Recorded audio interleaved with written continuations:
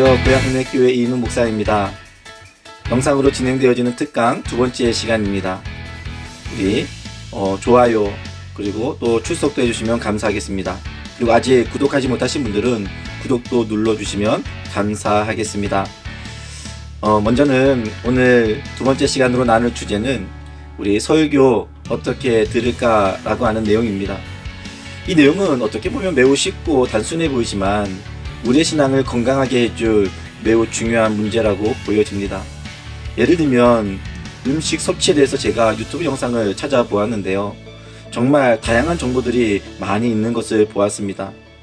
평소 아무렇게나 음식을 몇 번 잘못 먹는다고 해서 우리의 건강에 크게 지장은 없지만 그것이 반복되어지고 습관화되어지면 문제가 된다라고 많은 사람들이 이야기하고 있는 것을 보았습니다. 그런데 간혹 우리가 설교를 음식에 비유하곤 하는데요. 저는 많은 부분들에 공감이 가는 부분들이 있었습니다. 왜냐하면 요리사가 음식을 정성 들여 만들어서 사람들을 먹이는 것과 설교자가 정성 들여서 설교를 만들어서 성도들을 영의 양식으로 인도하는 것이 비슷하기 때문에 그렇습니다. 요리사가 음식을 만들기 위해 애써서 노력하는 부분들이 있는데 설교자도 마찬가지입니다. 요리사가 좋은 음식 재료를 사용하는 것처럼 설교자는요, 평소 좋은 서적을 사서 모으고 그리고 설교를 위해서 그것을 읽고 그리고 그 내용을 설교에 담아 말씀으로 전달합니다. 한편의 설교가 완성되기까지 정말 많은 에너지와 시간이 들어갑니다. 그러나 설교 듣는 것은 그냥 들어도 된다라고 하는 생각을 하는 경우가 많이 있습니다. 그러나 그렇지 않습니다. 설교를 열심히 준비하는 것처럼 설교를 듣기 위해서도 준비 과정이 필요하다라고 하는 것입니다. 저는 몇 년 전 손재익 목사님이라고 하는 분의 설교 어떻게 들을 것인가라고 하는 책을 읽으면서 제 자신에게 많은 도움이 되었습니다.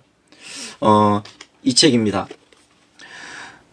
언제 한번 간략히 설교한 적도 있지만 이 설교 어떻게 들을 수 있을 것인가라고 하는 이 책은 우리의 삶에 있어서 적용적인 부분들에 있어서도 매우 큰 도움이 되어지고 설교라고 하는 것이 무엇인지에 대하여서 나눌 수 있는 좋은 책이기도 합니다. 그런데 제가 예전에 천안의 대학원에서 수업을 들을 때 교수님이 출타하셔서 이 손재익 목사님께서 3시간 예배에 대해서 특강을 해주신 적이 있었습니다.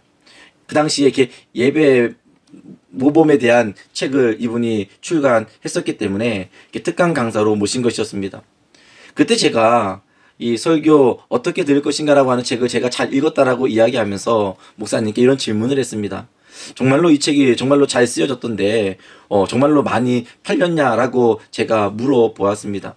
그랬더니 그분이 이야기하기를 본인이 이 책을 쓸 때는 정말로 많은 독자들이 생길 것이라고 생각했고 한국 교회에 많은 큰 유익을 줄 것이라고 생각했다고 합니다. 그런데 결과적으로는 책은 많이 팔리지 않았고 한국 교회가 이런 설교 듣기에는 크게 관심이 없는 것 같다라고 하는 생각을 표현하면서 매우 안타까워 하셨습니다.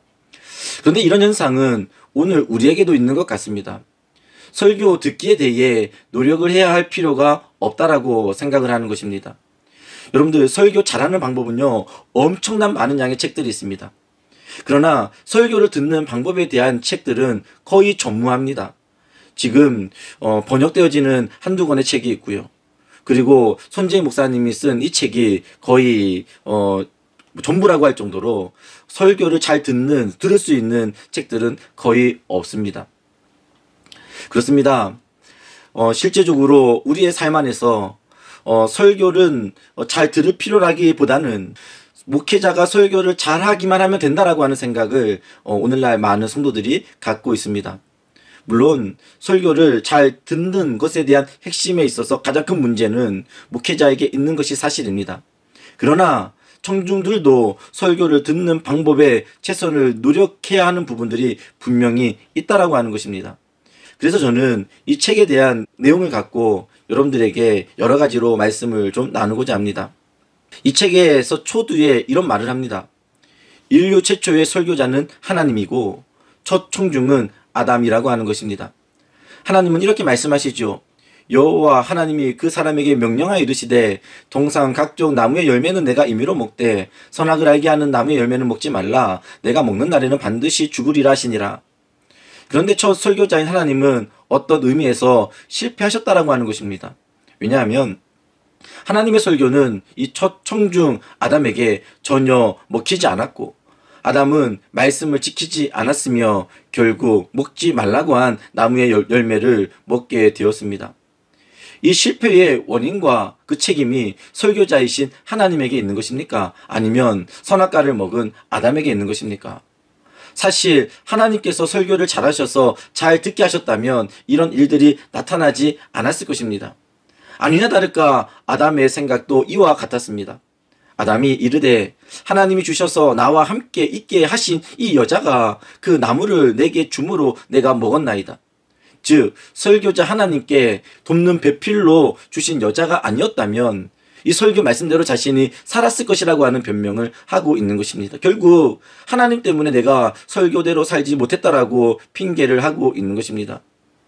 즉 청중 이 아담은 자신의 잘못을 돌아보지 아니하고 설교자를 탓하고 있는 것입니다. 이런 모습이 오늘날 우리들의 모습일 수 있습니다. 히브리서 기자는 들은 말씀이 유익을 끼치지 못하는 책임이 듣는 사람에게 있다고 지적하고 있습니다. 히브리서 4장 2절에 이렇게 말합니다. 그들과 같이 우리도 복음 전함을 받은 자이나 들은 바 그 말씀이 그들에게 유익되지 못한 것은 듣는 자가 믿음과 결부시키지 아니함이라. 그렇습니다. 우리는 탁월한 설교자의 설교는 무조건 유익할 것이라고 생각하지만 그렇지 않는 경우도 많습니다. 우리가 믿음으로 듣지 않고 그것을 믿음으로 우리의 삶으로 결부시켜 나아가지 않는다면 바울이 와서 설교하고 베드로가 와서 설교를 해도 우리는 아무 유익을 받지 못할 것입니다. 그럼 설교를 어떻게 들어야 할지에 대해서 몇 가지로 나누어서 말씀을 드리고자 합니다. 먼저는 평소에 잘 준비해야 합니다. 말씀을 잘 듣기 위해서 평소에 준비하는 모습이 있어야 합니다. 설교자는 평소에 설교를 준비하고 쉴 때에도 머릿속으로 설교에 대한 생각을 계속해서 하고 있는 경우가 많습니다. 청중도 마찬가지입니다. 주일 아침에 도착해서 비로소 예배를 준비하는 것은 늦습니다. 그래서 평소 말씀에 대해 목말라 하고요. 그리고 말씀을 사모하며 말씀대로 살려고 노력하게 되어진다면 분명히 주일 말씀이 더욱 깊이 있게 들어오게 되어질 것입니다. 만약 평소에 말씀을 따라 살려는 노력이 없다면 돌아오는 주일에 선포될 이 설교에도 아무런 기대감 그리고 설교를 듣고 싶어하는 그 마음조차도 아마 생기지 않게 될 것입니다. 그래서 평상시 설교에 관심을 갖고 성경을 읽어야 할 필요가 있는 것입니다. 성경 읽기는 설교 듣기의 기초 체력과도 같은 것입니다. 여러분들 아는 만큼 보인다라고 하지요. 즉 성경에 대한 지식은 설교를 이해하는 데 큰 도움이 되어지는 것입니다. 즉 설교자는 짧은 시간에 설교를 해야 하기 때문에 어느 정도 성도님들의 배경 지식이 있다고 생각하고 그리고 목회자는 설교할 때가 많습니다. 그런데 기초적인 배경 지식이 없다면 우선 설교가 내용적인 면에서 잘 들리지 않게 되어지는 것은 당연한 결과일 것입니다. 예를 들면 베드로라고 하면 베드로에 대한 기본적인 예수님의 제자 그리고 예수님의 수제자라고 하는 기초적인 지식들이 있으면 설교를 듣는데 매우 유익하겠죠. 그러나 베드로 자체를 설교할 때 베드로를 예수님의 수제자고 베드로는 무엇을 했고 이런 내용들을 다 설교할 수 없는 상황이 실제적으로 설교 시간 때문에 어쩔 수 없이 축약해서 설교를 하게 되어질 것입니다. 그리고 설교자를 위해서 꾸준히 기도해야 합니다. 설교는 설교자와 이 청중의 상호작용입니다. 설교자가 청중을 위해 기도하며 또 설교를 준비하듯이 청중도 설교자를 위해서 기도하며 설교를 들을 준비를 해야 하는 것입니다. 정말 성도님들의 기도는 설교자의 설교를 돕는 매우 큰 힘이 되어지는 것입니다. 그리고 두 번째로는요. 설교를 듣기 위해서 주일을 앞두고 더욱 준비해야 합니다. 토요일에는요. 내일 선포될 말씀에 대해서 한 분 정도 생각해 보면 좋습니다. 예를 들면 저희가 창세기를 지금 말씀을 준비한다라고 하면 그 창세기 말씀에 대해서 한번 생각을 해보고 오면 좋습니다. 1장을 한번 읽으면 좋겠죠. 만약 2장을 설교한다 그러면 1장과 3장을 같이 읽으면 더더욱 좋겠죠. 이번 주는 히브리서 12장 말씀인데요. 히브리서 12장 말씀을 한번 살펴보면 좋을 것입니다. 그리고 예배 전에 와서 그 말씀을 한 번 더 묵상해 보면 더욱 큰 은혜가 되어질 것입니다. 그리고요, 토요일 늦게까지 때로는 다른 일을 하다가 설교를 듣기에 여러 가지로 인하여 육체적으로도 피곤한 상태 가운데 교회를 오는 경우들이 있습니다. 영국 옥스퍼드 대학 연구팀은 수면에 대해서 조사를 했습니다. 밤을 샌 사람의 이 의식 상태는 이렇게 술을 먹고 만취 수준과도 비슷한 상태라고 하는 연구 결과 조사를 발표했습니다. 즉, 설교를 듣기에 매우 힘든 상황에 있다라고 하는 것입니다. 체력이 피곤하면요, 잘 들리지 않을 것입니다. 충분히 잤는데도 피곤할 수 있습니다. 그러면 설교를 잘 들을 수 있도록 때로는 물을 한 잔을 준비해 놓든지, 아니면은 여러분들만이 아는 자그마한 사탕 같은 것들을 준비해서 여러분들만 알 정도로 그렇게 잠을 깰 수 있도록 준비해 보는 것도 좋을 것 같습니다. 그리고 설교자를 위해서도 기도하지만 설교를 듣는 여러분들 자신을 놓고 기도해야 합니다. 우리가 하나님 말씀을 잘 듣지 못하는 것은 환경적인 탓도 무엇보다 있지만은 때로는 영적인 원인이 때로는 그 안에 있음 또한도 우리는 발견해야 합니다. 그래서 내 영이 하나님의 말씀에 대하여 잘 수납할 수 있도록 하나님 은혜를 달라고, 그리고 내 마음을 열어달라고, 그리고 그 말씀이 이해되어질 수 있도록 도와달라고 하나님 앞에 기도해야 합니다. 설교는요, 지식으로 듣는 것이 아닙니다. 성경은 내가 가지고 있는 경험으로 듣는 것이 아닙니다. 성경은 하나님의 말씀이므로 내가 하나님 앞에 기도하며 나아갈 때에 하나님께서 그 말씀을 깨닫게 해주시는 것입니다. 그리고 주일 아침에 가능한 좀 일찍 와서 예배를 준비하면 좋을 것 같습니다. 그래서 최대한 집중할 수 있도록 마음을 정리하는 시간이 필요합니다. 이 책에서는 이렇게 말합니다. 주일 아침 교회당 가는 길에 부부나 가족이 다투는 일이 있는데 그러지 않도록 매우 조심해야 한다라고 하는 것입니다. 부정적인 말에 대해서는 가급적 삼가해야 합니다. 왜냐하면 아침에 이 불편한 마음으로 와서 예배에 집중하는 것은요, 분명히 어려울 것입니다. 설교도 불편한 마음으로 듣기에 그 말씀이 자신의 믿음으로 결부시키기는 어려울 것입니다. 이 내용에 대해서 웨스트민스터 소요리 문답과 대요리 문답에 잘 정리해 두고 있습니다. 한번 우리 소요리 문답 90문을 한번 같이 보았으면 좋겠습니다. 질문은 이렇습니다. 말씀을 어떻게 읽고 들어야 구원의 효력이 되어집니까? 답은 이렇습니다. 말씀이 구원의 효력 있게 되려면 우리는 부지런함과 준비와 기도로 참여해야 하며 믿음과 사랑으로 그 말씀을 받아들여 마음속에 간직하고 우리의 삶에서 실천해야 합니다. 라고 기록하고 있습니다. 대요리 문답 160문도 약간은 비슷하지만 좀 더 세부적인 내용을 담고 있습니다. 즉, 설교된 말씀을 듣는 사람에게 요구되어지는 것은 부지런함과 준비와 기도로 참여하며 그 들은 말을 성경으로 살펴보며 믿음과 사랑과 온유와 준비된 마음으로 진리를 받되 하나님의 말씀으로 받아들이며 그리고 그것을 묵상하고 참고하며 마음속에 간직하고 삶 속에서 그 열매를 맺는 것입니다. 라고 기록하고 있습니다. 즉, 하나님의 말씀을 잘 받기 위해서는 한두 가지만 잘해서 되어지는 것이 아니라 우리의 육체적인 것과 그리고 우리의 온 삶이 주님의 말씀을 듣는 것에 있어서 집중해야 됨을 말하고 있는 것입니다. 그와 함께 우리는 잘 경청하기 위해서 노력해야 하는 것이 필요합니다. 잘 경청하기 위해서 육체적 귀를 여는 것도 중요하지만 마음의 문을 열어야 합니다. 간혹 이 문제에 있어서 모든 것을 우리는 간혹 하나님께만 맡기는 경우들이 있습니다. 잘 안 되는데 어떻게 하지요? 그러나요, 사람이 해야 할 부분들에 있어서는 최선을 다하는 것이 필요합니다. 예를 들어 설교 시간에 다른 생각이 들어올 수 있습니다. 그러면 좀 더 말씀에 집중하기 위하여 노력하지 않고 나는 설교 시간에 자꾸 그냥 다른 생각이 들어서 그 생각을 계속해서 확대해 나아가는 것은 옳지 않는 거죠. 예배 후에 있을 일들에 대해서 막 미리 생각하고 그리고 옆 사람에 대해서 그리고 뒷사람에 대해 앞사람에 대해서 그냥 이런저런 생각들을 계속해서 갖는 것은요, 옳은 것이 아닙니다. 그리고 설교를 듣는 일이지만 그렇다고 귀만 설교자를 향해서 있어서는 안 될 것입니다. 설교자의 목소리뿐만이 아니라 표정과 몸짓, 각 몸짓과 같은 비언어적인 신호들도 우리는 무시하지 말아야 합니다. 그래서 이 비유의 언어적인 신호들이 자체가 설교는 아니지만 설교를 돕는 중요한 도구가 되어지는 것입니다. 우리 교회 성도님들을 두고 하는 말은 아닙니다. 한국교회 설교를 듣는 다양한 모습들이 있습니다. 어떤 분들은요, 이 책에서 이야기하는 거예요. 예를 들면 팔짱을 끼고 있거나, 어떤 분들은 아예 성경 말씀을 그냥 계속 읽는 것입니다. 그리고 어떤 분들은요, 그냥 설교 시간이 되어지면 을에 그냥 눈을 감습니다. 나름 본인들만의 설교 듣는 방식을 취하신 듯 보여집니다.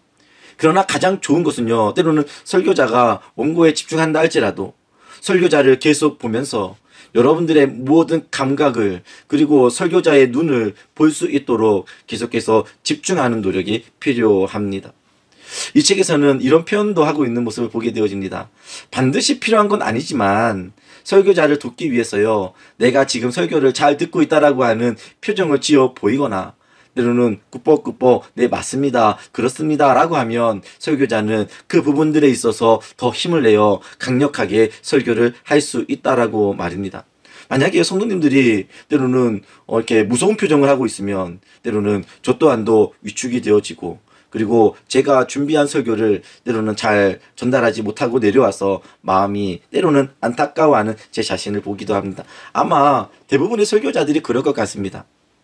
그리고 무엇보다 잘 경청하기 위해서는요, 이 말씀을 하나님의 말씀으로 받아들이는 것이 필요합니다. 하나님은 자신이 세운 설교자를 통해 말씀하십니다. 그리고 그냥 내용을 설명하는 것이 아니라 설교자의 전 인격을 사용해서 교회의 말씀을 전달하십니다. 보이는 것은 설교자이지만 그 뒤에는 하나님이 분명 계십니다. 그리고 이렇게 설교자는 하나님이 사용하시는 도구가 되어지는 것입니다. 이렇게 설교자 뒤에 하나님이 계시고 청중은 설교자 너머에 계신 그분의 음성을 듣는 것입니다. 데살로니가전서 2장에 보면 이렇게 말합니다.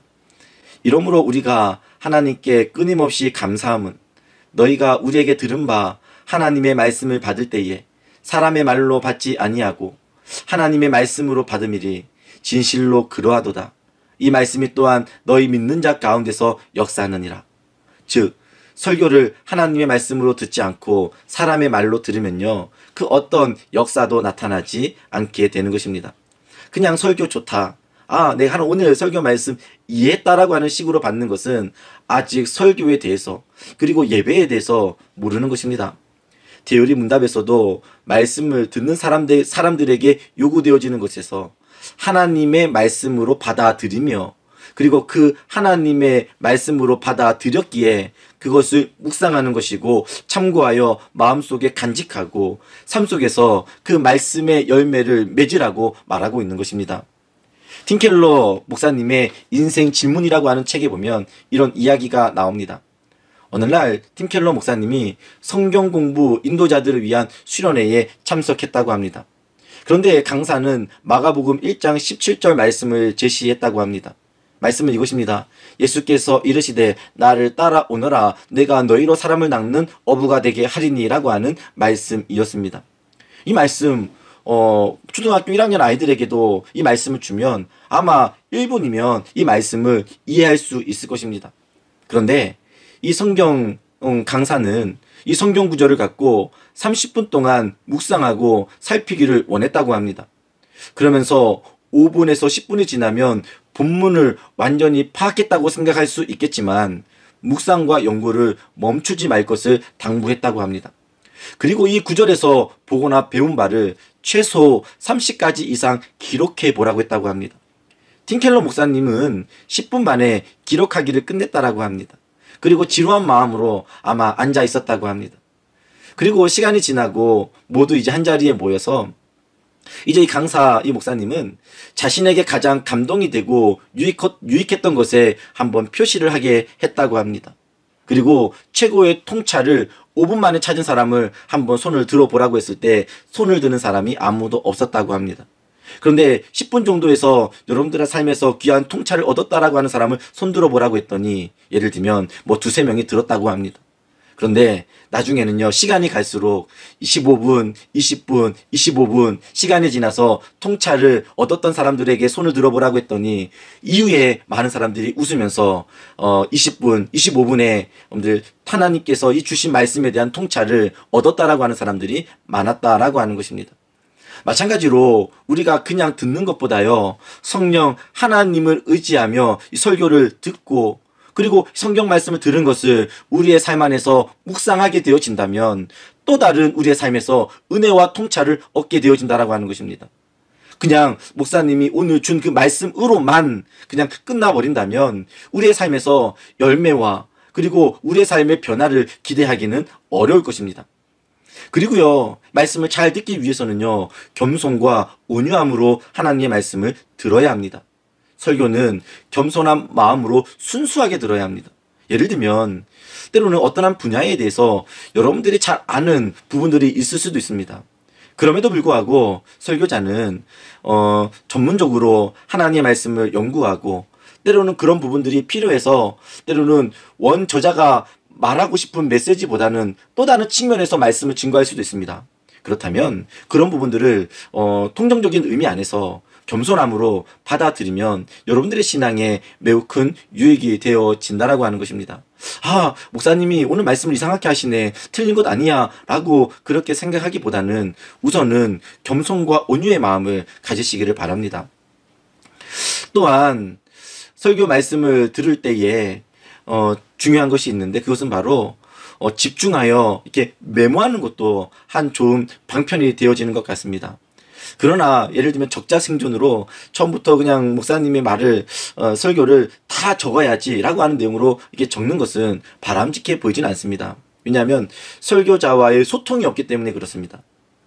가능한 몇 마디 그리고 때로는 대지 설교를 하게 되면 몇 대지 정도 이렇게 적고 아니면 본인이 그냥 통찰을 하고 있는데 그 통찰적인 내용 부분들이 때로는 잊어버릴 수 있으니까 그런 정도의 내용을 적는 것이 필요하지요. 설교의 이 요약을 다 하려고 하는 것은 때로는 설교를 듣는 데 있어서 방해가 되어지는 것도 있습니다. 그래서 집중하기 위하여서 그리고 내가 하나님의 말씀을 잘 듣기 위한 방편으로 설교를 메모하지만 때로는요, 설교자와 눈을 맞추는 여러분들 설교를 듣는 것으로 여러분들 많이 습관을 들이면 좋을 것 같습니다.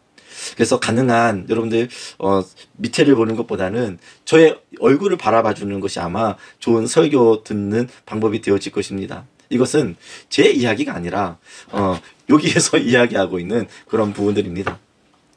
마지막으로 저는 여러분들과 함께 오늘날 동영상 설교에 대해서 나누고자 합니다. 이렇게 설교가 끝나고 나면 우리 고향 은혜교회도 영상 설교가 올라갑니다. 그러면 그 설교를 한 번 더 이렇게 들으면 아, 내가 목사님이 이런 설교도 하셨네 라고 아마 들리는 부분들이 있을 것입니다. 또한 깨닫지 못했던 부분들이 한 번 더 들음으로 말미암아 들려지는 부분들이 있습니다. 간혹 가다가 영화광들이 있죠. 그러면 영화광들이 한 번 그 영화를 보지 않고요, 좋은 영화들을 두 번, 세 번 보면서 거기 안에 더 깊은 의미들을 발견하면서 매우 좋아하는 부분들을 보았습니다. 설교도 마찬가지입니다.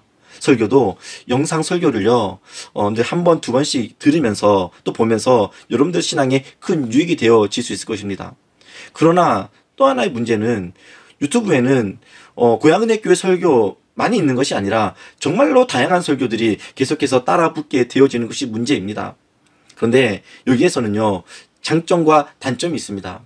그러나 보통 인터넷 설교를 많이 듣는 분들에 있어서는요, 제 경험상으로는 이 장점보다는 단점이 많은 경우들을 많이 보았습니다.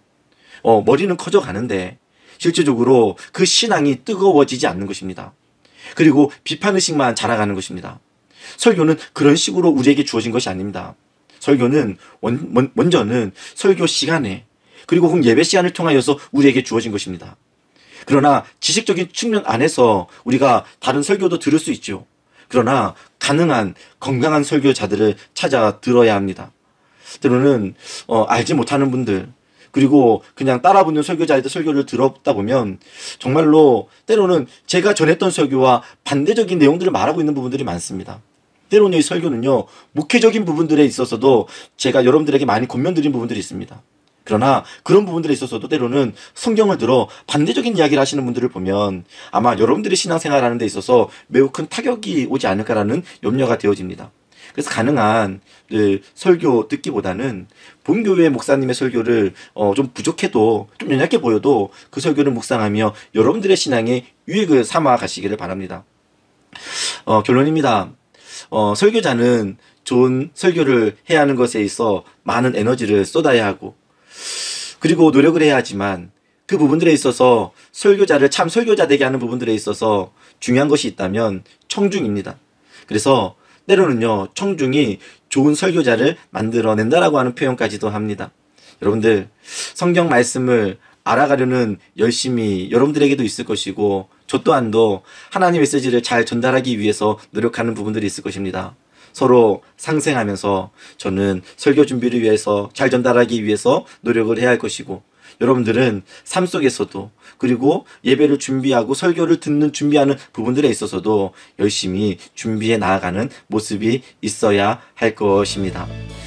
그러함으로 여러분들의 신앙에 유익이 되어졌으면 좋겠고요. 그리고 여러분들의 신앙의 성장과 인격의 성숙에 하나님의 말씀이 큰 능력이 되어지기를 소망합니다. 이렇게 말씀을 여러분들 들어주셔서 감사하고요. 그리고 늘 설교에 관한 여러분들 책들을 한번 읽어주신다면 한번 이 책도 한번 사서 한번 읽어보는 것도 좋을 것 같고요. 그리고 좀 어렵다면 좀 쉬운 책들을 여러분들 보면서 여러분들의 이 마음 안에서 이 은혜의 밭으로 여러분들 책들을 좀 읽어 나아가시면 좋을 것 같습니다. 그리고 꾸준한 성경 읽기도 여러분들의 신앙생활에 큰 도움이 되니 여러분들 평상시 여러분들의 신앙에 큰 유익으로 여러분들이 같이 잘 만들어 가시기를 주님의 이름으로 축복합니다. 그러면 오늘 강의는 이것으로 마치고요. 여러분들 이번 주는 우리 원로 목사님 오셔서 설교하시는데 히브리서 말씀 12장을 여러분들 읽으시고 또 우리 원로 목사님 말씀을 잘 증거하실 수 있도록 여러분들 기도해 주시고 그리고 또 여러분들이 은혜를 받을 수 있도록 은혜 받기 위해서 여러분들 기도하시고 예배를 준비하시면 더더욱 감사하겠습니다. 그러면 또 다음 영상 때 또 좋은 제목을 가지고 찾아오도록 하겠습니다. 감사합니다.